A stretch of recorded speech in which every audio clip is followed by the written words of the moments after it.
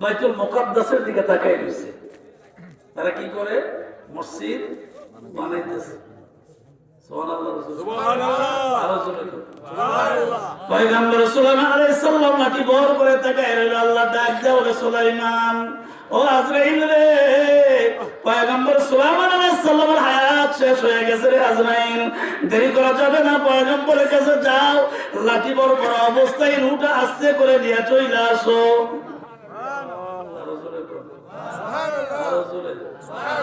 সুলাইমান আলাইহিস সালাম আজরাইলকে দেখার পরেই বুঝছে যে এটা আজরাইল। কথা কয় না? নবীদেরকে এই ক্ষমতা আল্লাহ দিয়েছে, নবীদেরকে আল্লাহ এই ক্ষমতা দিয়েছে, দেখে বুঝে গেছে আজরাইল।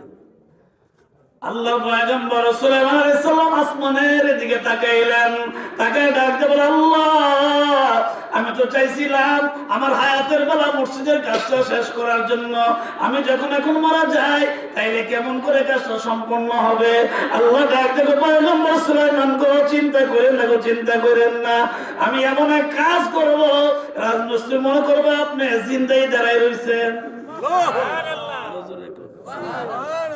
রাজমিস্ত্রি মনে করছে যে যেভাবে চাইছে আপনার অবস্থা খারাপ, কাম নেই, জমানার পয়গম্বর সুলাইমান আলাইহিস সালামের দেহের ভিতর থেকে রূহটা যখন প্রাণ পাখি নিয়ে গেছে, খাঁচার পাখি আদরের ময়না, সে তো আমার খাঁচায় রয় না। সাউন্ড কমছে নাকি? দেন তো একটু কষ্ট করে, সাউন্ড ঠিক আছে? আমার কাল অবস্থা এই যে মাশাআল্লাহ কামাইছে। খাঁচার পাখি আদরের ময়না, সে তো আমার খাঁচায় রয় না, আরে খাঁচা ছেড়ে পালিয়ে যাবে, তুই আমারে ডাক রে গুরুস্থানের, আরে গুরুস্থানের এক জমাটি বাইনা কইরা রাখ রে, গোরস্থানের এক জমাটি বাইনা কইরা রাখ রে। আল্লাহ, ও আমার আল্লাহ, মনের তো আবেগ ছিল হায়াত অবস্থায় বাইতুল মুকাদ্দাস তৈরি করবো, মালাকুল মউত আজরাইল পাঠাইলেন, তাহলে আমি এখন মারা যাব, বাইতুল মুকাদ্দাস তৈরি হবে কেমনে? আল্লাহ ডাক দেখো, জিবরাইল আমার পয়গম্বর সুলাইমান আলাইহিস সালামকে তুমি জানায় দাও, কোনো চিন্তা করা লাগবে না, টেনশন করা লাগবে না, কিছুই করা লাগবে না, মৃত্যুর আগে যে এরকম ছায়া রয়েছে, মরণের পর এইরকম ছায়া থাকবো। কারে হামদ খালকে আজম জুমলা রাজ, কারে হামদ খালকে আজম জুমলা রাজ, বা খুদা তাকদীর কাইরওয়াস। বুঝা বড় কঠিন, আল্লাহ দিদার বুঝা বড় কঠিন। পয়গম্বর সুলাইমান আলাইহিস সালাম দাঁড়ায় রইলেন, এমন অবস্থায় মালাকুল মউত আজরাইল উঠে নিয়ে গেলেন, কিন্তু লাঠির উপরে বর করে দাঁড়ায় রইলেন। যতক্ষণ পর্যন্ত কাজটা কমপ্লিট না হবে ততক্ষণ পর্যন্ত দাঁড়ানো অবস্থায় রইলেন। রাজমিস্ত্রি মনে করছে হুজুর তো দাঁড়ায় রইছে। কথা কয় না? রাজমিস্ত্রির জিন এবং মানুষ দুই জাতি, এরা মনে করছে সুলাইমান নবী তো চাইয়ে রইছে, আসলে কিন্তু উনি মারা গেছে। আসলে উনি কি মারা গেছে? সুলাইমান আলাইহিস সালাম মারা গেলেন, কিন্তু যেইভাবে আগে তাকিয়েছেন এইভাবে তাকিয়ে রইলেন। শেষ পর্যন্ত বাইতুল মুকাদ্দাসটা যখন কমপ্লিট হয়ে গেল, আস্তে করে আল্লাহ হুকুম দিলেন, ও পিঁপড়ারে, এই সুলাইমান আলাইহিস সালামের যে লাঠি বর করে দাঁড়ায় রইছে, লাঠির নিচ দিকে আস্তে আস্তে খাইতে আরম্ভ করো, লাঠি আস্তে করে পড়ে যাবে। সুলাইমান আলাইহিস সালাম দুনিয়ার জমিন থেকে দাঁড়ানো থেকে আস্তে করে জমিনে শুয়ে পড়বে। মসজিদ কমপ্লিট হয়ে গেছে, যখন দেখছে সুলাইমান নবী শুয়ে গেছে, কিদারি কোনো কথা নাই, বার্তা নাই, কিচ্ছু না, আস্তে দিয়ে শুয়ে গেল, মন লকুম আল্লাহ। আল্লাহ এটা তোমরা বুঝতে না, কারে হামদ খালকে আজম জুমলা রাজ, বা খুদা তাকদীর কাইরওয়াস, এটা তোমরা বোঝার ক্ষমতা নাই। এটা আমি আল্লাহ যা করি তাই, ঠিক কিনা? কথা কয় না, ঠিক কিনা? আল্লাহ যা করি তাই। সুলাইমান আলাইহিস সালাম তখতে সুলাইমানি, যে সুলাইমান আলাইহিস সালাম যে তখতটা চলতো, একদিন নবীজির একজন সাথী নবীরে ডাক দেখো, নবী গো, আপনার লোক দুনিয়াতে অনেক জায়গায় গেছি, অনেক জায়গায় দেখা সাক্ষাৎ হয়েছে, ভালো লাগছে নবী, কিন্তু আমার যে একটা মনের আবেগ, ককিতে আবেগ দেয়। সুবহানাল্লাহ, সুবহানাল্লাহ। আলম সাহেব কইছে 11টার সময় ছেড়ে দেই, কষ্ট ছেড়ে দিলে আমাদের তো কি আরাম জানেননি বেড়ার মধ্যে দাঁড়ছে একটা ঘুম দিয়ে পরের দিন ওয়াজ দেখবেন আবার চলছে ডাইরেক্ট। পয়গম্বর সুলাইমান আলাইহিস সালাম মাটির ভিতরে যখন পড়ে গেছে আস্তে করে যখন শুয়ে গেলেন পয়গম্বর সুলাইমান আলাইহিস সালামের সাথী সুলাইমান আলাইহিস সালাম দুনিয়ায় জীবিত থাকা অবস্থায় একদিন ডাক দিয়ে বলছিল পয়গম্বর অনেক দিন পর্যন্ত ঘোরাফেরা করছি খুব ভালো লাগছে কিন্তু আমার যে মনটা চায় নবী গো তোমার আবার কি মনটা চায় আমার মনটা চায় আপনি যে আমার চলছে খুব ভালো লাগছে আমার মনটা চায় আজকে একলা একলা একা একা একা একা এই তত্ত্বটা চলতাম যদি আপনি একটু অনুমতি দিতেন তাহলে আমি আপনাদের ঘুরে গেলে আইতাম সুবহানাল্লাহ তো ঠিক আছে তোমার যখন মন চায় কিতা করুন যাব আল্লাহর দয়া বেশি আমি আল্লাহর নবী তো আমারও তো দয়া বেশি ঠিক কিনা চলে গেল দুনিয়ার মা যদি এত দয়া হয় বাবার যদি দয়া মানে ভালোবাসা আর কি এইটা যদি এত হয় একজন মেম্বার চেয়ারম্যান মন্ত্রী এমপি যদি এত মায়া লাগে তো আমি তো আল্লাহর নবী হই তুমি একটা আবদার করছো আচ্ছা যাও ঠিক আছে অনুমতি দিলাম আমার তত্ত্বটা তুমি কিন্তু ঘুরে আল্লাহ ঘুরতে যাও না বুঝবে খেলাটা সামনে গেল আমার আব্বা ওয়াজে কইতো আমার আব্বার কথা মনে হয় আমার আব্বা ওয়াজ এই কথাটা প্রায় সব বলতো আজরাইল আসলে কারো কফিয়ত চলবে না আর মরণের কথা মানুষ কেন স্মরণ করো না আজরাইল আসলে কারো কফিয়ত চলবে না সে তো নামের আজরাইল আরে কোন সময় কোন খানে যাইয়া হবে রে তাকির স্ত্রী পুত্র এসে কুটুম সঙ্গে কেহই যাবে না আজরাইল আসিলে কারো কফিয়ত চলবে না আল্লাহু আকবার পয়গম্বর সাল্লাল্লাহু আলাইহি ওয়াসাল্লামের সাথে যেই মাত্র তত্ত্বের উপরে বিসমিল্লাহির রহমানির রহিম কয়ে কদমটা দিছে আল্লাহ ডাক দেখো তত্ত্বরে দেরি করবি না রে তত্ত্ব দুনিয়ার অপর প্রান্তে একটা পাহাড় আছে ডান দিকে তাকাইলে শুধু পানি আর পানি বাম দিকে তাকাইলে শুধু পাহাড় আর পাহাড় ওই জায়গাটার ভিতরে গাছপালা আছে আর কোনো কিছু নাই এর আগে থামবি না ওই জায়গার ভিতরে নিয়ে সুলাইমান নবীর সাথে নামায়া দিবি সুবহানাল্লাহ আরো জোরে কোন আরো জোরে সুবহানাল্লাহ আমি যে আয়াতটা ভাগে একটা আয়াত পড়ছিলাম সূরা বনী ইসরাঈলের এটার প্রথম শব্দটা সুবহানাল্লাহ প্রথম শব্দ সুবহান সুবহান শব্দের অর্থ আল্লাহ তাআলা পবিত্র শুধু সাধারণ পবিত্র না মহাপবিত্র মহাপবিত্র বলতে এরকম পবিত্র বোঝায় না এর অর্থ হইল আল্লাহ কোনো সময় অপবিত্র হয় না আল্লাহ কোন সময় অপবিত্র সব সময় পবিত্র এজন্য আল্লাহ বলছে সুবহানাল্লাযী আসরা আয়াতের সময় পেলে পরে বলবো যে কথাটা বলতেছে এটা বেলা বেলায় সুলাইমান আলাইহিস সালামের সাথে গিয়ে ওই পাহাড়ে নামাই দিছে তত্ত্ব সুলাইমানি নামাই দিছে যে মাত্র নামছে বেড়ার শরীরে কাবুটে কোর আইদাম রে আল্লাহ মনে নামাই দিল মানুষ নাই গরু নাই ছাগল নাই কিচ্ছু নাই ডাইন দিকে পানি বাম দিকে শুধু পাহাড় আর গাছপালা আরে কি অবস্থা রে ভয় ভয় আল্লাহর একটা ডাক দেখো আল্লাহ তুমি আমার আট দৌড় দেয় না একটা সাথী বানায় দাও আল্লাহ তুমি আমার আর ভয় দেখাও না আমার একটা সাথী মানে একটা মানে আইনা দাও আমি যাতে অন্তপক্ষে একলা একলা ভয়তে বাচ্চা যায় আল্লাহ ফাড়াইতেছি আল্লাহ কি কর ফাড়াইতেছি আল্লাহ ডাক দিলেন আজরাইল রে দেরি করবি না ওই জঙ্গলের ভিতরে পানি আর ডান দিকে পানি বাম দিকে শুধু পাহাড় আর পাহাড় কোনো মানুষ নাই ও মালাকুল মউত আজরাইল তার হায়াতের বেলা শেষ হয়ে গেছে রুটা নিয়ে তুমি চলে আসো আল্লাহর হুকুমে মানুষের সুরুত ধরে গেছে মানে ফেরেশতার সুরুত ধরে না মানুষের সুরুত ধরে গেছে মাশাআল্লাহ সুলাইমান আলাইহিস সালামের সাথে দেখে এমন খুশি হইছে মাশাআল্লাহ দিলে আল্লাহর কইতে দেরি হইছে ফাটাইতে তো দেরি হইছে তো জিজ্ঞাসা মা ইসমুকা আপনার নাম কি সুলাইমান আলাইহিস সালামের সাথে জিজ্ঞাসা করছে মা ইসমুকা আপনার নাম কি কো ইসমু আনা মালাকুল মউত আজরাইল যেই মাত্র কইছে আমার নাম আজরাইল লেদা সাদা সব একত্র হইছে আল্লাহ সব নাশ এই জায়গায় আপনি আর কোন কথা কোন যে তুমি দয়ানের লোক একটু চেহারার দিকে তাকাইলেন আজরাইল রে আমার জন্য কি মায়া লাগে না আজরাইল?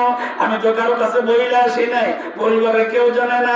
এমন এক জায়গায় এসেছি, বর্তমানে মোবাইল আছে, ওই যুগে মোবাইলও ছিল না।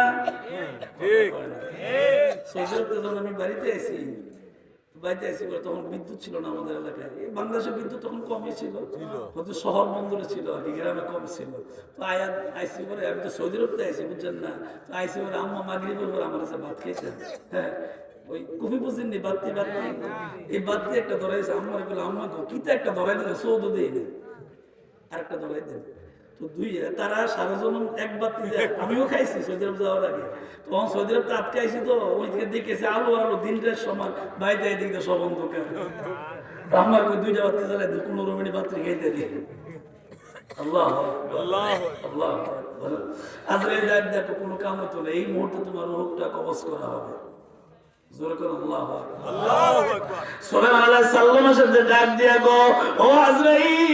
আমি কি জানতাম এই জায়গায় আমার মরণ হবে? তাহলে জীবনে কি আর এই তত্ত্বের কথা কইতাম? তাহলে এই ওয়াজের দ্বারা বোঝা গেল মরণ কোন জায়গায় হবে এটা আমার জানা নাই।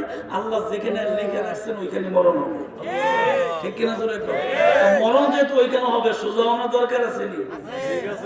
ব্যাঙ্গে হাবরে দোস্ত, এত আপন আপনি আমার লোক, এত খাতির, সারাটা জীবন দেখা মানে দেহা দেয়া হইয়া দৌড়েন হাঁটেন, একদিন কি সোজা হইতে না? ঘুরে ফিরে দেখে তো মাসাল্লাহ সোজা হয়ে গেছে।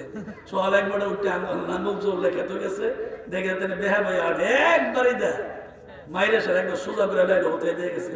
ব্যাঙ্গে ঘুরে গেলে দেখে তো ভাই দুস্থ সোজা হয়ে গেছে। দুস্থ সোজা তো হইলেন, মরার আগে হইলেন না, মরার পরে হইলেন, মরার পরে সোজা হয়েছে। বাবা আমার ভাইরা রে, বুঝাইতে যায় উদাহরণ দেওয়া লাগে, এই জন্য উদাহরণ দিতে হয়, মনে কষ্ট নিয়েন না। আল্লাহর পয়গম্বর অসংখ্য নবীদের ভিতরে একজন নবীর নাম ছিল ইদ্রিস আলাইহিস সালাম। জোরে কোন নাম কি? জোরে ইদ্রিস আলাইহিস সালাম। ইদ্রিস আলাইহিস সালাম একজন নবী। তো সকল নবীদের কাছে জিবরাইল ওহী নিয়ে আসতেন, ওনার দায়িত্ব ছিল, এটার কামই এটা। সব নবীদের কাছে ওহী নিয়ে আসতেন। তো জিবরাইল আয়েশা নবীর কাছে ওহী নিয়ে আইছে। তো ইদ্রিস আলাইহিস সালাম তো কেমন আছে? মা ইসমুকা, আপনার নাম কি? কো ইসমু আনা জিবরাইল আলাইহিস সালাম। আপনার কাম কি? কো আমার কাম ওই নবীর কাছে আসা। সুবহানাল্লাহ সুবহানাল্লাহ। নবীর কাছে আইতে আইতে, যেমন দেন না যাত্রাপুর আমি ঘন ঘন আইতে আইতে যদিও একটা গপ করছে, আজকের ভালোবাসা দিয়ে আগের টুকরা করছে, কথা কয় না। তো আমি মুখলেসুর রহমান লাইনে যদি আগের ভালোবাসা পুরা করতে পারি, তো জিবরাইল নবীর কাছে যে ভালোবাসাটা করতো না, সুবহানাল্লাহ হুজুর কইবেন। এমন ভালোবাসা হইছে, মানে অন্য নবীর থেকে একটু বেশি হয়ে গেছে। একদিন জিবরাইল একটা কথা কইতাম, ও কি কথা? ইদ্রিস আলাইহিস সালাম কো আমার মনটা জানি কি রকম, আসমানও যাইতাম।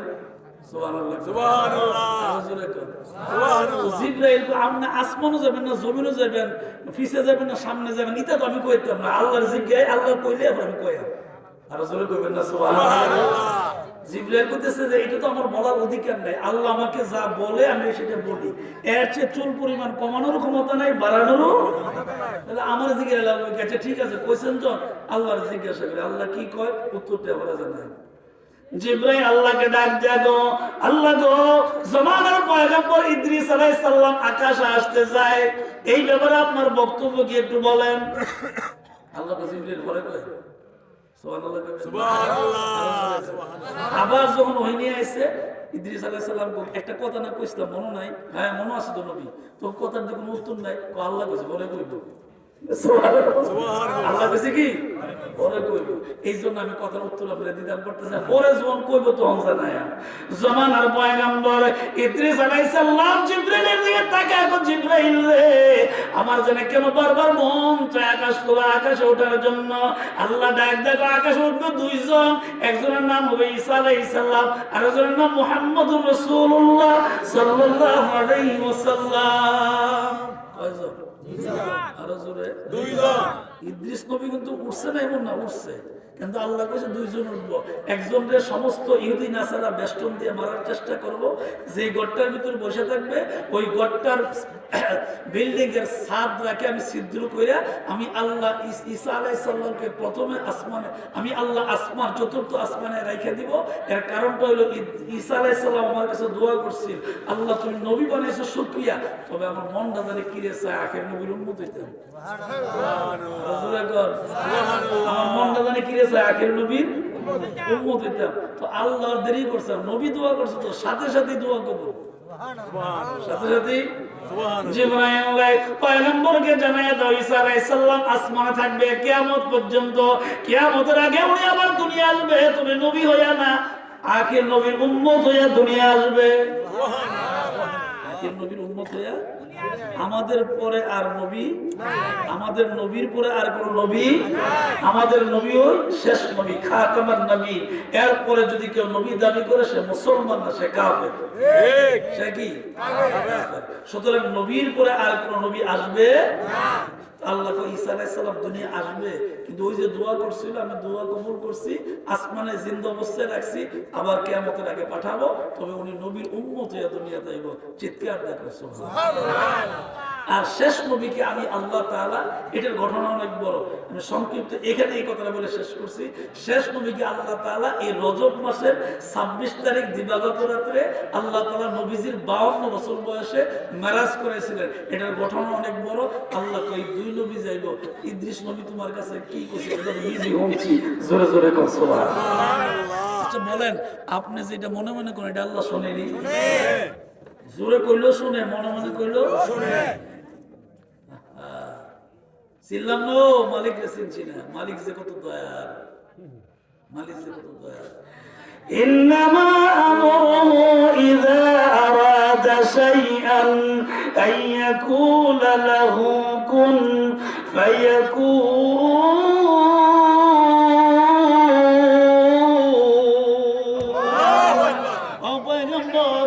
ইদ্রিস আলাইহিস সালাম মুমতাজে আসমান আসার জন্য জিবরাইলকে বারবার ডাকে, জিবরাইল বলবা না, আল্লাহ না জানাইলে বলতে পারবো না, আল্লাহ জানাইলে বললো। বেশ কিছুদিন পার হওয়ার পর আবার জিবরাইল হইনি আসছে, ডাক দেখো জিবরাইল রে বলবা না, আমার মনে একটা আবেগ ছিল আসমান ভ্রমণ করার জন্য। ওয়াল্লাযী খালাকাস সাবআ সামাওয়াতিন তিবাকা।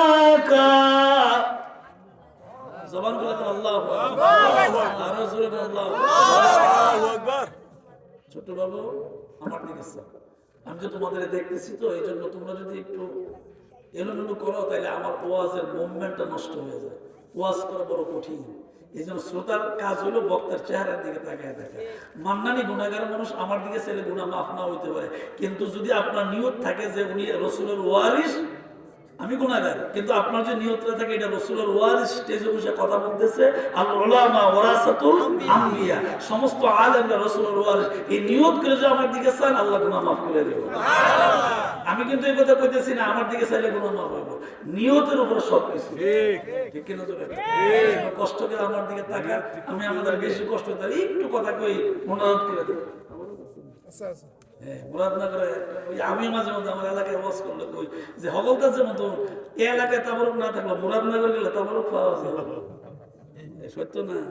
কালো তো খিচুড়ি খাওয়াইছে, কি সুন্দর খিচুড়ি খাই নিছি, গাড়ি দুইটা বেটার মতো পাইতেছি, হ্যাঁ না গতকাল যাই না, এর আগে যত মাহফিলে আসছে চলে গেছিলাম। যাক, আপনাদের যে কথাটা বোঝাতে চাই তাহলে এই যে তাবারক এটা আল্লাহ তাআলার একটা নিয়ামত, এটা সব জায়গায় করে না, আপনাদের এলাকায় এটা বেশি হয়। আপনাদের এলাকায় আরেকটা জিনিস বেশি হয়, তাহলে ওই যে ফিন্নিজে এটা আমরা এলাকায় বেশি করি, এটা আমরা এলাকায় শ্রদ্ধা করেছি, এরপরে এটা যে বর্ডার ক্রস করছে এদিকে আর যায় না, কথা কয় না কিনা জোরে কর। বাবারে যে কথাটা বুঝাইতে চাইলাম, ইদ্রিস আলাইহিস সালাম জিবরাইল তো জিবরাইল, আমার তো মন আছে আসমান দেখার জন্য, নিবা না তুমি? কিছুদিন যাওয়ার পরে আবার ইদ্রিস আলাইহিস সালাম জিবরাইলকে ডাক দেখো, জিবরাইল নিবা নাকি তুমি? এমন সময় জিবরাইল ডাক দেখো, পয়গম্বর আপনার মর্যাদা বেশি, আপনি জমানার নবী, আপনার মতন মর্যাদা বর্তমানে পৃথিবীতে কোনো মানুষ নাই। যাইতেন জন মনটা চাইছে, আল্লাহ কইছে লয়ে যাইতেন, চলেন আল্লাহ অনুমতি দিয়েছে, লং যাই। জিবরাইল জমানার পয়গম্বর, ওই জমানা ওই সময় যে নবী ছিল ওনার নাম ছিল ইদ্রিস আলাইহিস সালাম। ইদ্রিস আলাইহিস সালামকে নিয়ে আস্তে আস্তে আসমানে চলিয়া যায়, যেতে যেতে আসমানে পাড়ি দেয়। আসমানে চলে যাওয়ার পরে ইদ্রিস আলাইহিস সালামকে সুন্দর একটা চেয়ার দিছে, নবী আপনি এখানে বসেন, সামনে একটা টেবিল দিছে, বসেন এখানে, সুন্দর করে বসছে।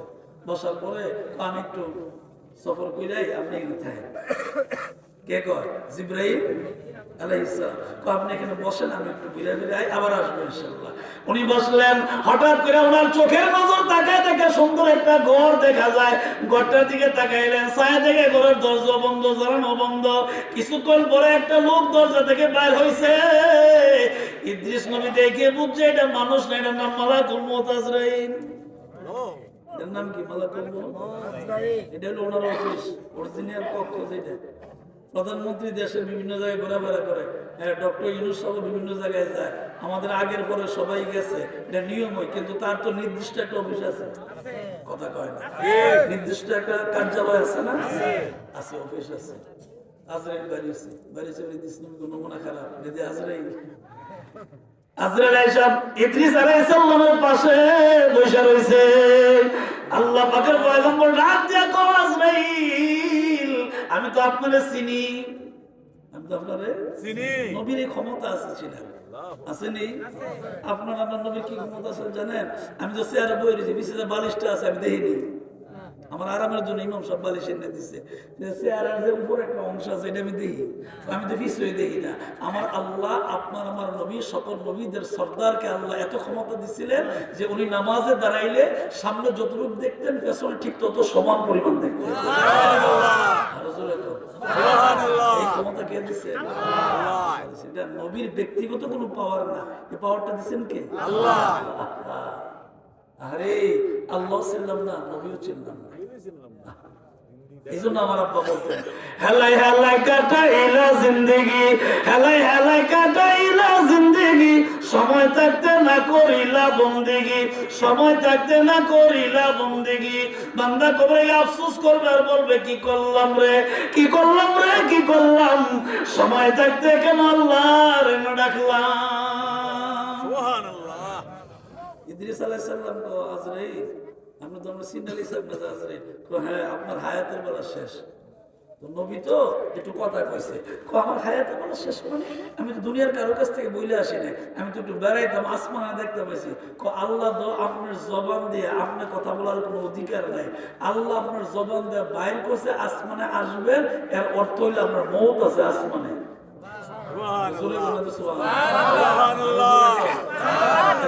শুরুতেই বলছিলাম ভূমিকার ভিতরে যে মরণ কোন দিন হবে জানা নাই, কোথায় হবে জানা নাই, কি অবস্থা হবে জানা নাই, কবর কোথাও হবে, চারটা জিনিস আমাদের কারো জানা নাই। তাহলে এই জন্য লাঠি দেয়া ক্ষমতা দেয় কোনো লাভ নাই, ঠিক কিনা? সব পাও, সব পাও, লাভ নাই। খেলা হইব কই আছে আল্লাহ কথা কয় না, খেলা খেলতে খেলতে বেঁচে গেছে। সুতরাং ইতা করে লাভ নাই। সবচেয়ে বড় আকর্ষণ একজন মুসলমানদের আকর্ষণ হলো আল্লাহ আমার, রসুল আমার, কোরআন আমার, সুন্নাহ আমার, ঠিক কিনা? এইটা যদি কোন মুমিনের ভিতরে থাকে দুনিয়া তো ইজ্জত, মরণ ইজ্জত, কথা কয় না, ঠিক কিনা? মনে রাখবেন সবকিছু পাও, যা দেখেন চিক চিক করিলি শোনা হয় না। আমি ছোটকালে একটা কবিতা পড়ছিলাম যে চিক চিক করিলি শোনা হয় না, গীতার এই কথার অর্থটা কি? পরে চারিদিকে অর্থ হলে এই, আপনাদের এলাকায় যদি রোডটারে পিচ করে, রোডেরে পিচ করে, তো দেখবেন যে নতুন পিচ করার পরে যদি দুপুরবেলা গিয়ে দাঁড়ান রোদের মধ্যে, তো দেখবেন আমার সামনে পানি দেওয়া হয়।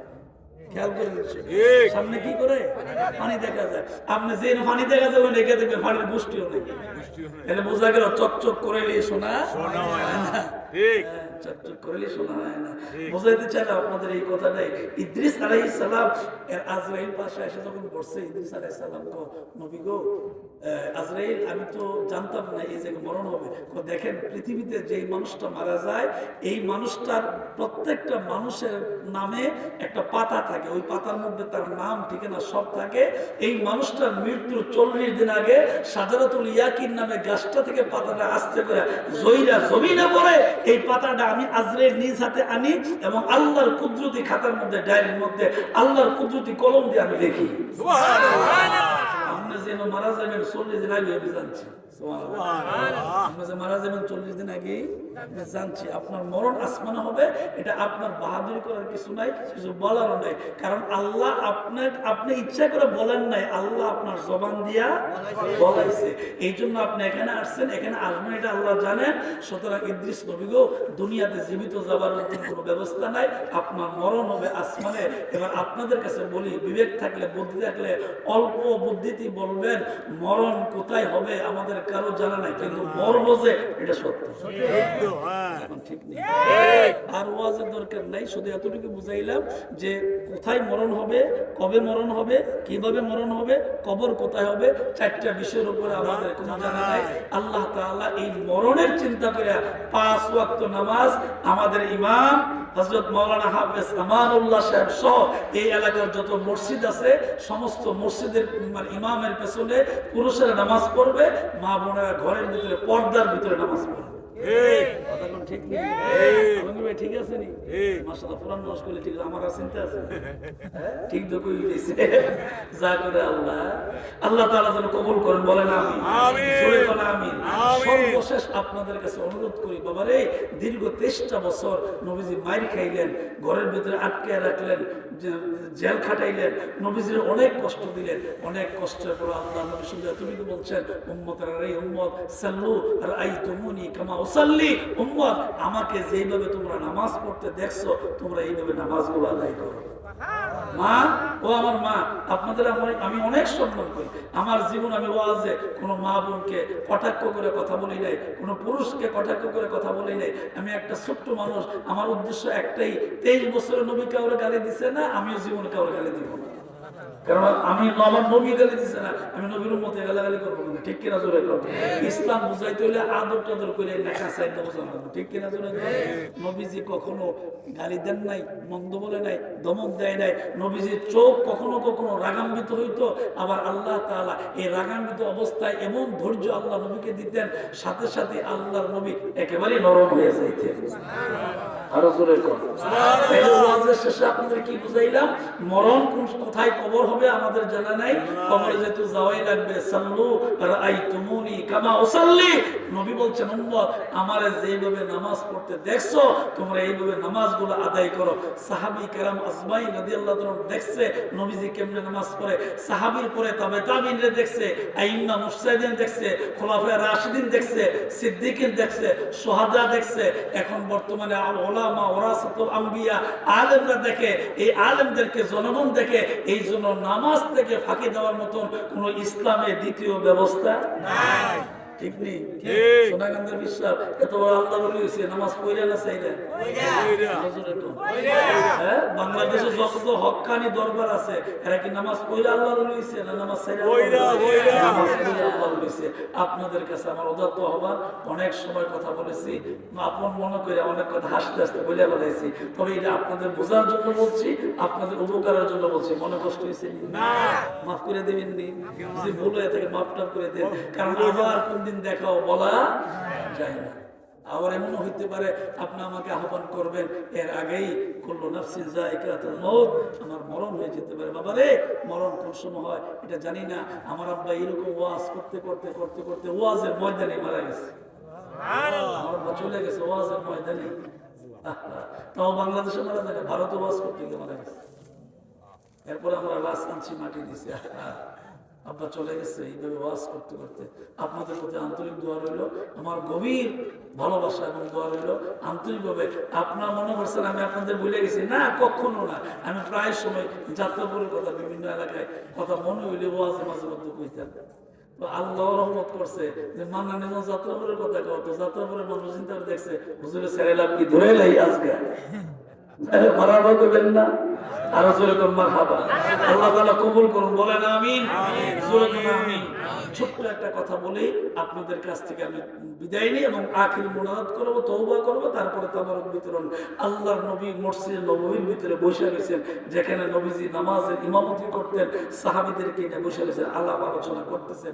এমন সময় একটা ইহুদি লোক ঘোড়ার পৃষ্ঠে চড়ে উপরে বসে ডাইরেক্ট ঘোড়া লইয়া, মসজিদের দরজা ছিল খোলা, আস্তে করে মসজিদ নববীর ভিতরে ঢুকে গেছে। ওমর বিন খাত্তাব রাদিয়াল্লাহু তাআলা চোখ লাল করছেন, মানে আরে মারবো।